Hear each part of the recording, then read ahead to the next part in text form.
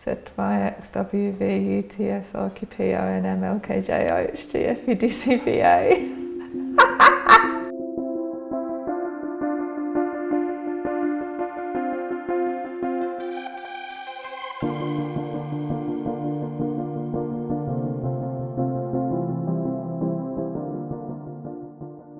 When I was 2 years old, I was drawing people quite well. Like they really looked like people. My mum never kept any of them, but she said I was very good, like right from as soon as I could hold a pencil.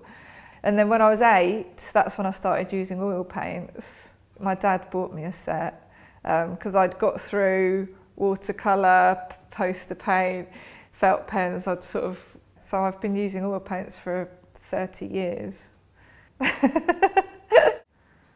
When I was a kid, I just have to tell you this, I used to make board games.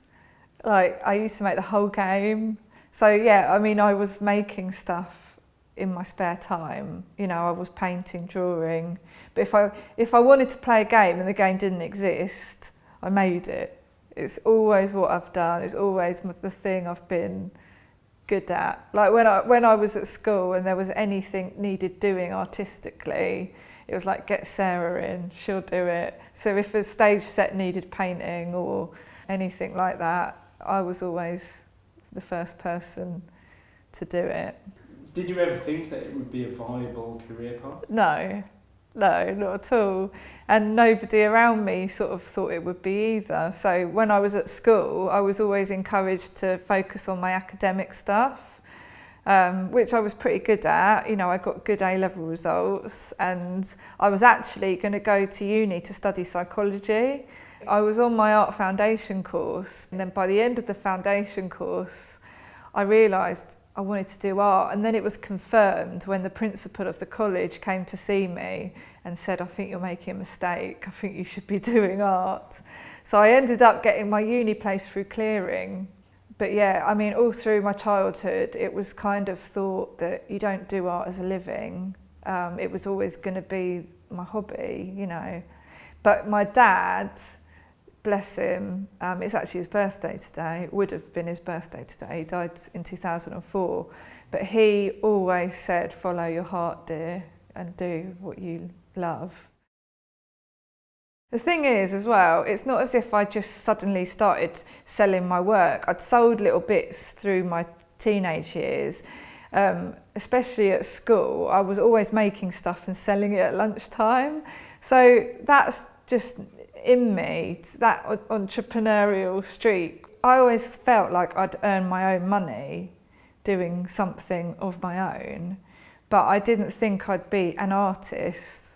And I used to say, oh, yeah, I'm going to go into advertising and stuff like that, or I was going to be an architect, like something where you draw but make money. Never thought I'd be an artist and make money. Not that I make a lot of money, it's just that I make enough money to do it.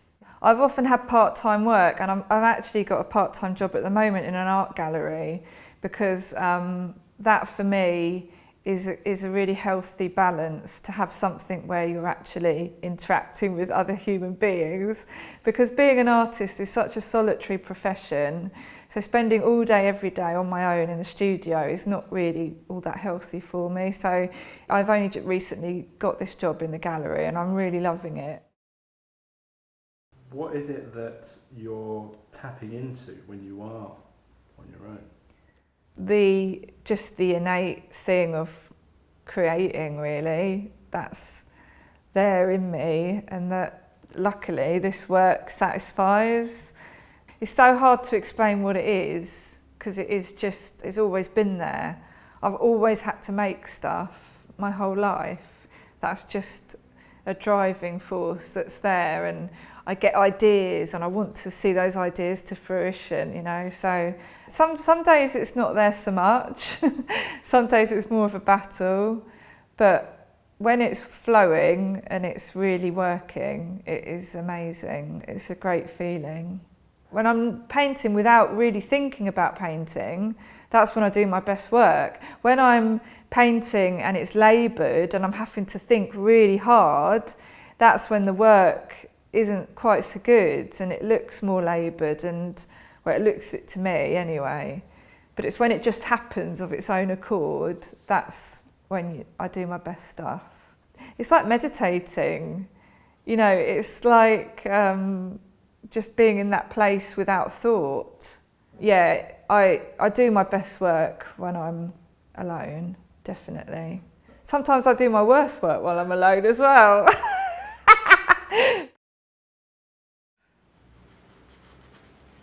I use a really wide range of brushes, from everything to you know, a tiny brush like this one I'm using here. Why do you paint the types of things that you do paint? Well, it began because I kind of discovered macro photography. I was doing close-up portraits of friends and other students on the degree, and they were really colourful, and I was getting increasingly interested in finding like a focal point. So it would be the face would be the focal point, and then having blurred colourful backgrounds behind them. And then when I graduated and I was in my first sort of studio, I was situated right next door to a toy shop, and they had this box of a load of like Kinder toys and little tiny just random toys and objects. And I just got this macro lens for my camera, and so I bought a load of these funny little toys and started photographing them. So that's how it started. And so I switched from faces to objects, the faces of little toys and things, so toy portraits if you like. And then it moved, obviously they're small and colourful, so it didn't take long for me to think of sweets as another subject matter.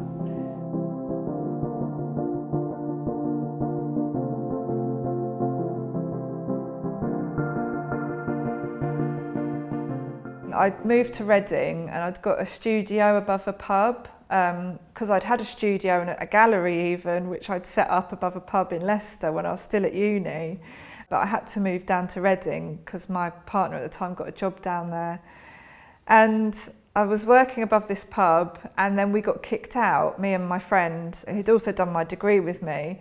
We got kicked out, and I had two options. I could either put all my paintings in a skip or walk round to this new gallery in Reading called the Jelly Leg Chicken and take the painting and see if they could exhibit it. So I walked across Reading armed with this big beachscape, and I walked into the gallery, and Suzanne Stallard, who ran it and still runs it today, I said, "Hi, could you please exhibit my painting?" And she actually hung it there and then in the gallery, and it was a beautiful space. It was a purpose-built gallery space, and it was stunning.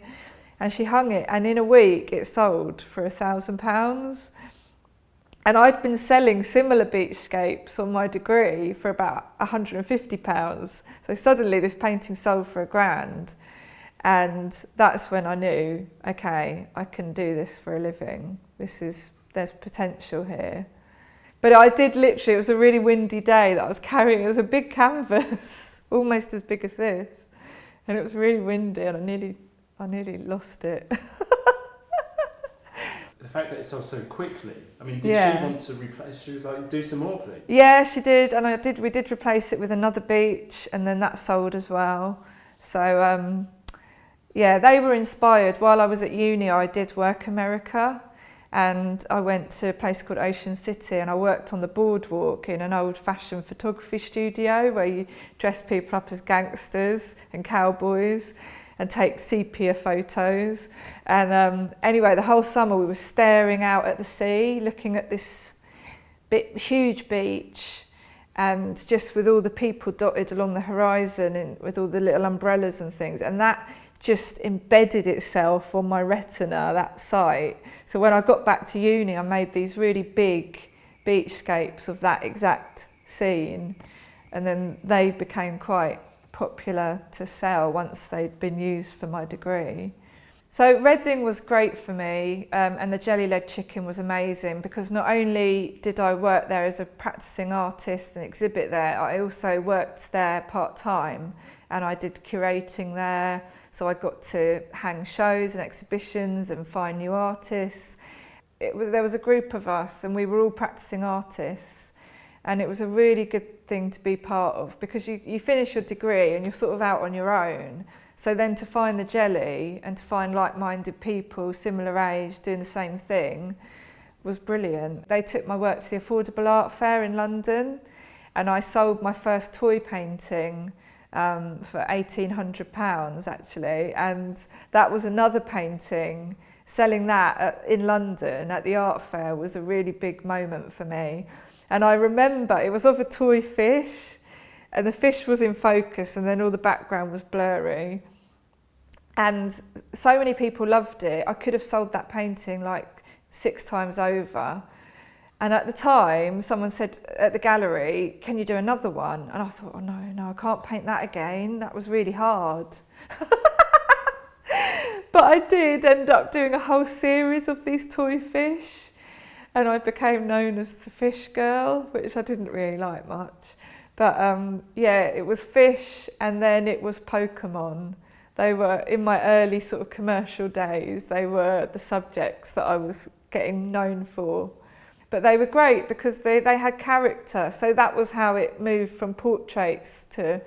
I've never called them toy portraits before, but that's what they were really. So yeah, they were my first sort of big sellers. And every year I did the Affordable Art Fair, and I'd have good sales. So that was kind of like my bread and butter. Well, then I moved into publishing, and I signed with the publishers Washington Green, and that was a difficult transition for me because I'd worked in an independent gallery, and there was a publishers gallery in Reading, and we used to get so cross that people would buy stuff, like buy prints, when they could come to our gallery and buy an original for the same amount of money. So I was in fact moving to what we called the dark side of the art world, and a few of my galleries were shutting. It was a time when it was really tough.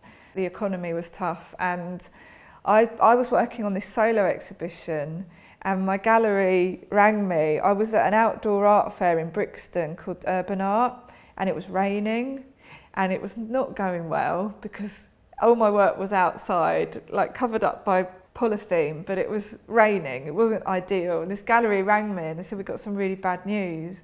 We're going to have to shut the gallery."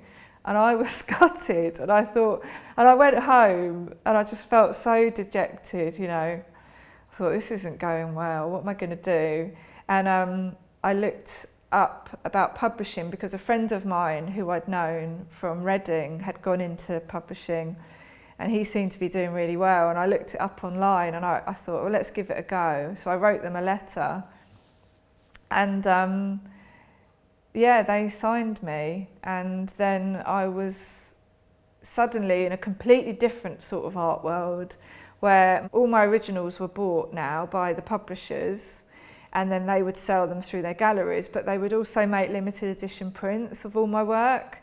So suddenly my work was out across the UK and getting seen by lots more people, and it was mad. I mean, it led to certain things such as the Metro article in 2008, where lots of people, including you, got introduced to my work. So it was fantastic, and I was doing radio interviews, I even did some telly interviews, because the storyline behind me was that I used to work in Woolworths, and I used to work on the pick and mix when I had a part-time job when I was still at school. And so artists goes from selling pick and mix for pence to selling pick and mix of paintings for thousands. So all of a sudden I became, fairly suddenly well known, in the art world anyway, for doing my work, and that was quite surreal. I mean, I was with them for 7 years, and it was a bit like being on a really intensive MA, because I was, expected to produce a decent amount of work. They encouraged me to go really big, so I was doing really big canvases, and I did some of my best work. But then it got to a point where there was only so far I could go within that. And I had lots of ideas which were less commercial as well, which I'm still hoping, I still haven't got around to painting, but I plan to now over the next couple of years. But yeah, and it just reached a point where I wanted to move on. So I left the publishers officially, it was the beginning of 2014. And so I'm independent again. And I'm just getting to the point where I'm starting to re-establish myself in galleries around the UK. I've got interest from galleries abroad as well. I just, at the moment, haven't got a body of work because I've been doing commissions for the last couple of years. So I haven't had an opportunity to create work just to put out there. But what I am doing is self-publishing. So I'm just starting to put my own prints out there, which is exciting.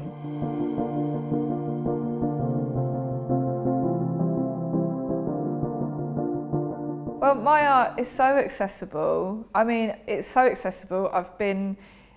I'm on the syllabus in schools, and I was actually on the GCSE paper last year.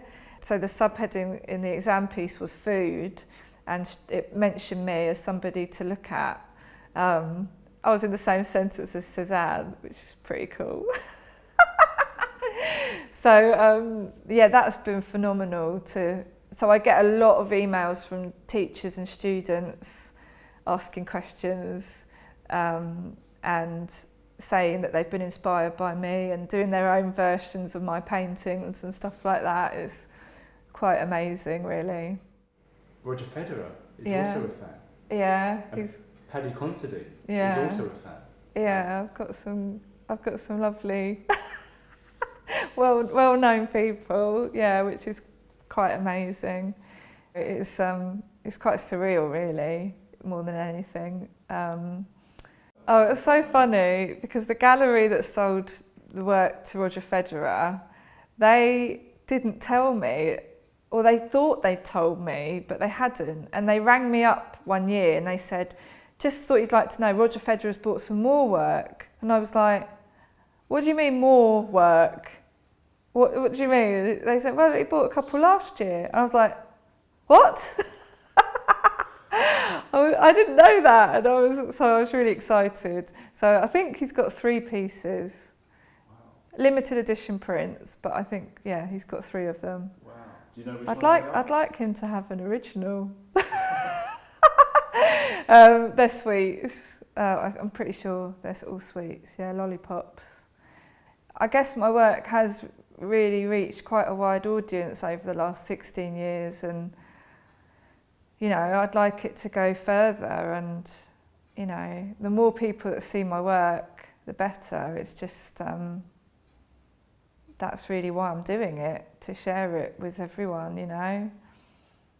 And to keep painting, because painting, obviously with the digital world now, there is so many more ways that people can make art and create art, and you know, you can do a painting on your iPad, but I'm still so passionate about just painting with actual paint. And if I can encourage kids to do that and stay, you know, keep it real, as it were, then that's brilliant. I mean, I recently helped out hanging work on my foundation course that I went on 20 years ago. And I noticed there was very little painting. There was maybe 1, 2 students that were painting. The rest of it was all digital art or perhaps more sculptural stuff, which again is brilliant. But yeah, it just because when I did my foundation course, everyone was painting, you know. So it is a different landscape out there for students of art. I'm all for, you know, new ways and new ideas, but I just want painting to survive. So if I can go some way in helping that, then I'll be happy.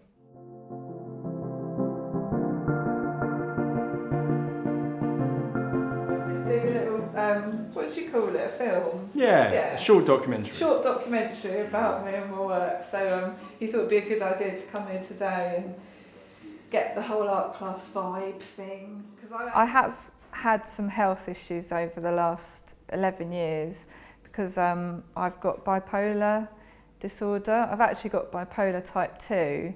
So that means that I have periods where I'm very, very low. Not even just low, actually. There's more to it than that. I can't function. I don't sleep very well at all. And, you know, my coordination goes. So I definitely can't paint. And yeah, so that's been an ongoing thing in my life now. So, like I say, in 2005 was when I had my first breakdown. And I'd say it hasn't helped my career. It certainly hasn't helped my career having vast periods where I'm not able to work, because sometimes I'm as poorly for 4 months and I'm not able to work in all that time. So that can have a really negative impact, you know, and several times I've thought, right, I can't do this. I can't keep this career going as well as having this illness. But actually, I've got the sort of career that I can pick up the pieces and keep going. And if I'm quiet for a few months, people just think I'm busy painting. You know, my psychiatrist would say I have moderate high periods where I get very creative and I can do the work that I do. I don't think that's a direct result of the illness. I think that is just me and my personality. And I also think that it's really important with mental health to know that every person's experience of a mental health disorder, so even though I've got the label of bipolar, the actual disorder is quite unique for me because it's as unique as your personality. So, you know, I don't like to be defined by it. I don't think that it should be the thing that people know me for or as. It's just a part of me, but it certainly has had a big impact. And as I say, not in a brilliant way. You know, I've lost a lot of time to it over the years. But when I'm well, I really make up for it. And I really take opportunities and I really go for it. And I really try to literally make hay while the sun shines, you know. So it always starts with a photograph like that. So I print this off and then I grid up the photo, just the edges usually. I don't grid across the picture, I just normally do the edges. And then I do the edges on the canvas and then I just scale up by eye, so in yellow paint. So I start the painting in yellow acrylic, and then once I've got all of it down, I start to use coloured acrylic. So I usually start with oranges and reds and work through the spectrum until the whole thing is an underpainting. So for example, this section through here is a rough underpainting. And then once that's all done and the whole thing is in colour in acrylic, that's when I start the oil painting. And I always start at the top left and work my way across as a rule, getting all the blurry sections, and then make sure the edge of the canvas is all completed.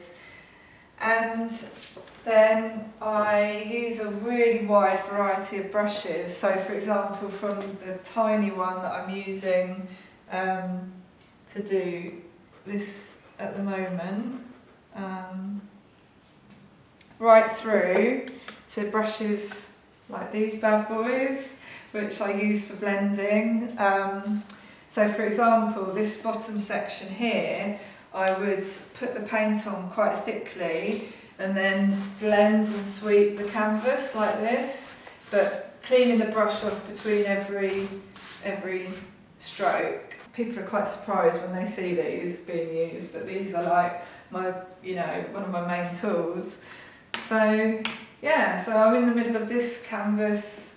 I mean, I started this last year, but I've not been able to work on it completely. I've been doing other pieces in between, but it's taken several months so far. And it's going to take a few more because this is really very detailed, all this section. So, yeah. You know, people don't, if somebody, I don't know, has diabetes, people don't say, what's the trigger? What do you think triggered it this time? It's really kind of frustrating, that element of it, because like for instance, recently I was very poorly and there wasn't really a trigger. You know, I had no more stress than I normally have in my day-to-day life, and I just felt poorly, you know, and then I just got better, and there was no obvious trigger for the recovery either. My dad had bipolar disorder, he had type 1, so there's an obvious family link there, heritage, and something I've inherited. But I also think that it's something that I can, with the right help and support and thinking, not let it beat me, and I think I can overcome it. I think it's always something I've got to watch for, but I definitely think there's ways that you can manage your mental health, and I'd like to, you know, think that I can manage it well from this point on, because I've learned a lot of things such as mindfulness. I'm currently finding really helpful stuff with a train of thought called the 3 Principles, which is all about letting go of thought. And I'm also really interested in, well, I do exercise, you know, I do all the things, I eat well. So I think there's lots of ways that you can manage your mental health, that everyone can manage their mental health, not just people with a diagnosed disorder. I think it's really important that kids are encouraged to think about their mental health in schools as much as we're encouraged to think about our physical health.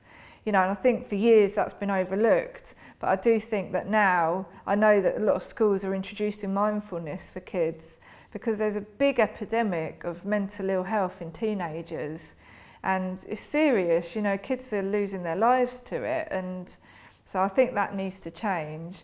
And I think one of the reasons I'm happy to talk about it in this documentary is that the only way things are going to change is if people are open and honest and talk about it. So it's not a stigma anymore, and it's not something that you shy away from and don't tell anyone, because that just makes it a whole lot worse.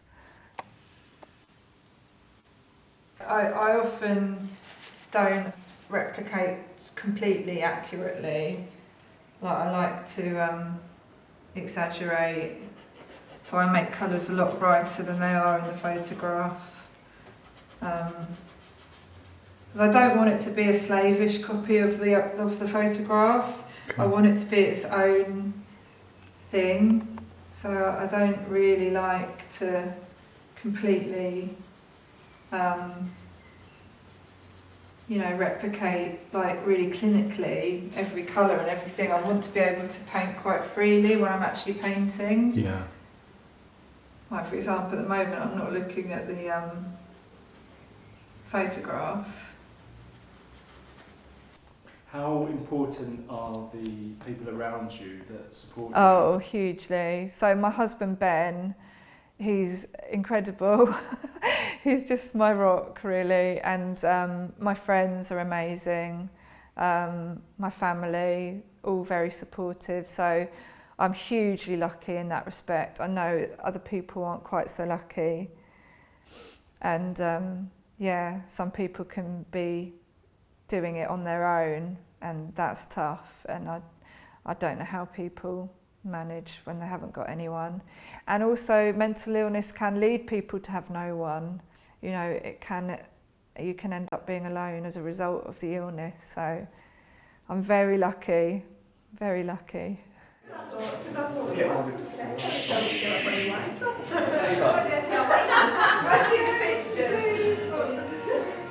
More chewy. Yoga.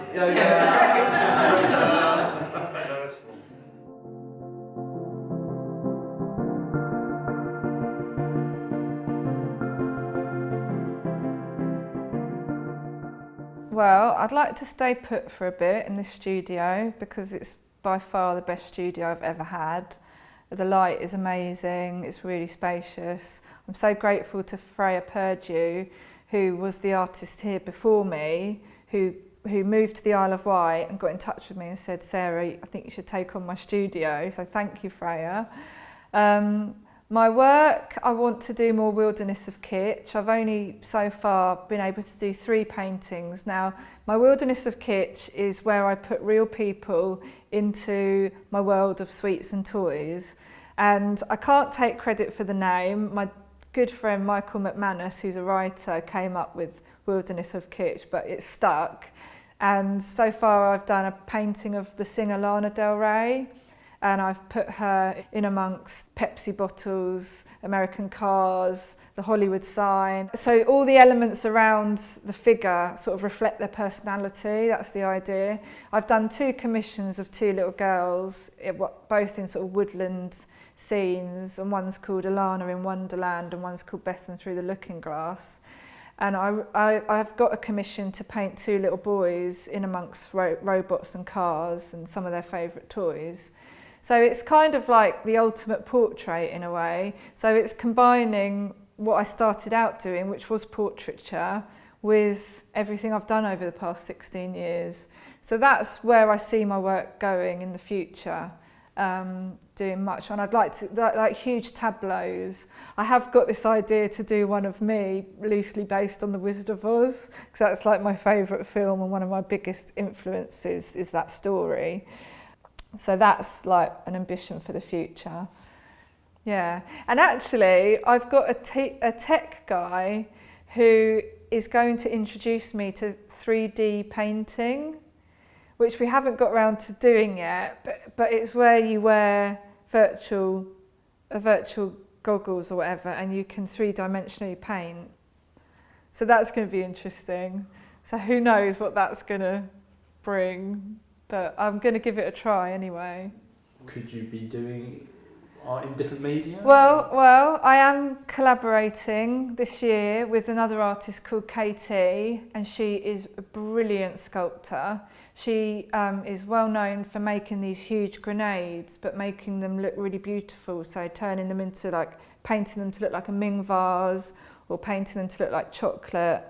And yeah, she's brilliant. She can turn her hand and make anything look like anything. So what we're going to do, this is exclusive, is we're going to make a giant bag of pick and mix that you can actually walk into, and we're going to make giant sweets.